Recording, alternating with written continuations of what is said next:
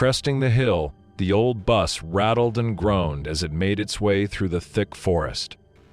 The full moon cast eerie shadows on the road, illuminating the dense trees that seemed to close in on the vehicle.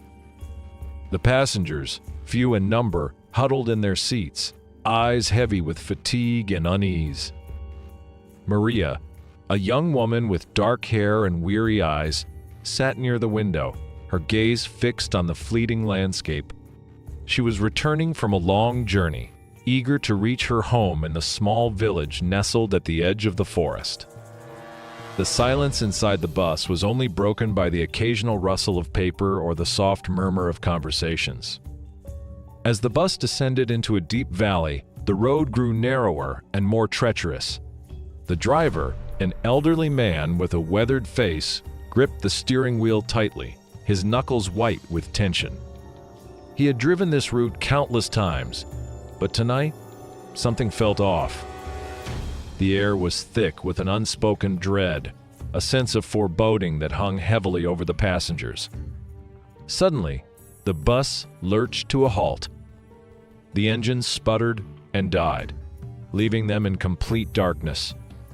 The driver muttered a curse under his breath and stepped out to inspect the vehicle. The passengers exchanged worried glances, their unease growing with each passing second. Maria glanced around, her eyes falling on a figure seated at the back of the bus. The man was shrouded in shadows, his features obscured by the darkness. He sat motionless, his gaze fixed on something unseen. Maria's heart quickened as she realized she hadn't noticed him before. Who was he, and why was he so still? The driver returned, wiping his hands on a dirty rag. "Sorry, folks. Looks like we've got a problem with the engine. I'll need to call for help, but it might be a while before anyone gets here." The passengers groaned in frustration, but there was little they could do. Maria pulled her coat tighter around her, shivering as a cold breeze swept through the open windows. She couldn't shake the feeling that they were being watched, that the forest itself was alive and hostile. As the minutes turned into hours, the passengers grew restless. Some dozed off, while others tried to pass the time with idle chatter. Maria's eyes kept drifting back to the mysterious figure at the back of the bus. He hadn't moved an inch, his presence a constant source of unease. Finally, unable to bear it any longer, Maria decided to confront him. She stood up and made her way down the aisle, her footsteps echoing in the silence. As she approached, her heart pounded in her chest. She reached out a trembling hand, ready to tap the stranger on the shoulder.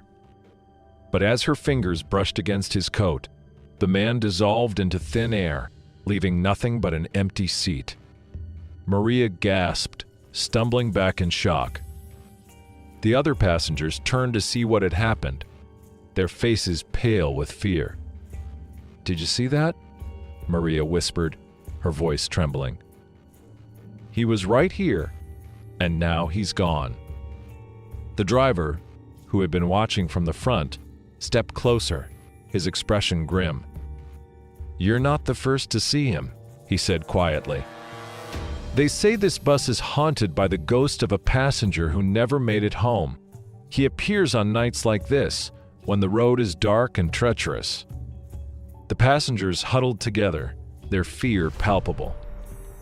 The darkness outside seemed to press in on them, the forest whispering secrets they could not understand. Maria felt a chill run down her spine as she realized they were not alone, that something sinister lurked in the shadows. The hours dragged on, and finally, help arrived. The passengers were escorted off the bus, their faces etched with relief and lingering fear. Maria looked back one last time, her eyes searching the empty seats. The phantom passenger was gone, but his presence lingered, a reminder of the darkness that dwelled in the depths of the forest. As the new bus drove away, Maria couldn't shake the feeling that they had escaped something far more terrifying than a broken-down vehicle. The forest loomed behind them, its secrets hidden in the shadows, waiting for the next unsuspecting traveler. The new bus rumbled through the darkened forest, the atmosphere inside tense and heavy with the recent memory of the phantom passenger. Maria sat near the window, her thoughts a whirlwind of fear and curiosity. She couldn't shake the image of the man who had vanished before her eyes. Who was he?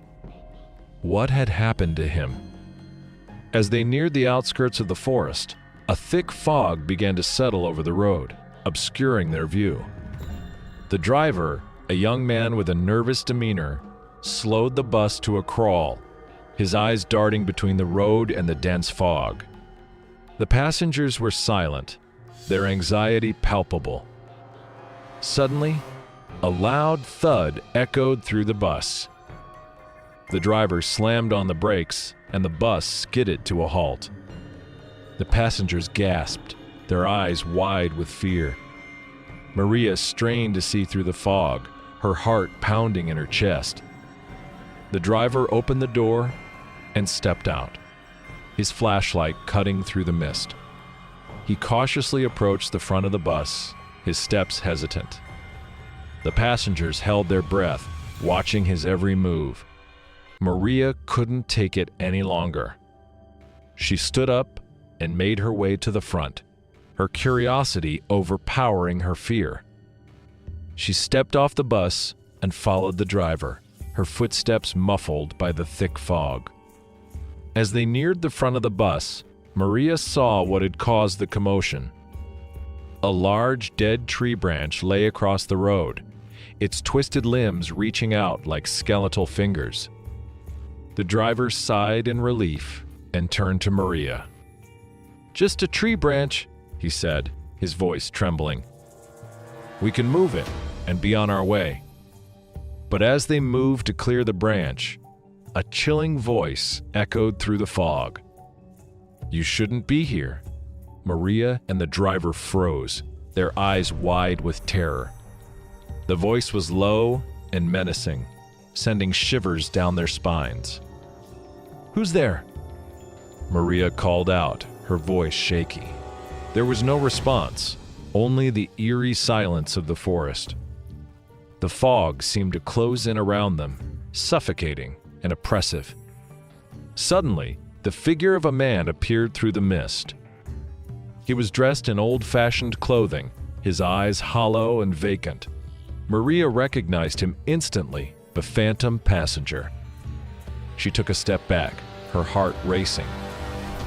"You need to leave," the ghostly figure said, his voice cold and emotionless. "This place is cursed. You mustn't stay." Maria's mind raced as she tried to make sense of what was happening. "Who are you?" she asked, her voice trembling. "Why are you here?" The phantom passenger's eyes seemed to pierce through her soul. "I was a traveler, just like you," he said. "I never made it home. Now I am trapped here, doomed to wander the forest for eternity." The driver, his face pale with fear, turned to Maria. "We need to go," he said urgently. "Now." Maria nodded, and they hurried back to the bus. The passengers stared at them, their eyes wide with fear and confusion. "What's happening?" one of them asked. "We need to leave," the driver said, his voice shaky. "This place is haunted." As the bus slowly made its way through the fog, the passengers huddled together, their fear palpable. Maria kept her eyes fixed on the road ahead, her mind racing with thoughts of the phantom passenger. She couldn't shake the feeling that they were being watched, that the darkness of the forest was alive and hostile. Hours passed, and finally, the fog began to lift. The road widened, and the trees grew sparse. The tension inside the bus gradually eased, but the memory of the ghostly encounter lingered. As they neared the village, Maria glanced back at the forest, a shiver running down her spine. She knew she would never forget the chilling voice and hollow eyes of the phantom passenger. The forest held secrets, dark and terrible, that she could barely comprehend. The bus pulled into the village, and the passengers disembarked, their faces etched with relief and lingering fear. Maria stepped off the bus, her thoughts still consumed by the events of the night. She took a deep breath, grateful to be home but haunted by the knowledge that the forest and its ghostly inhabitant would always be there, waiting in the darkness.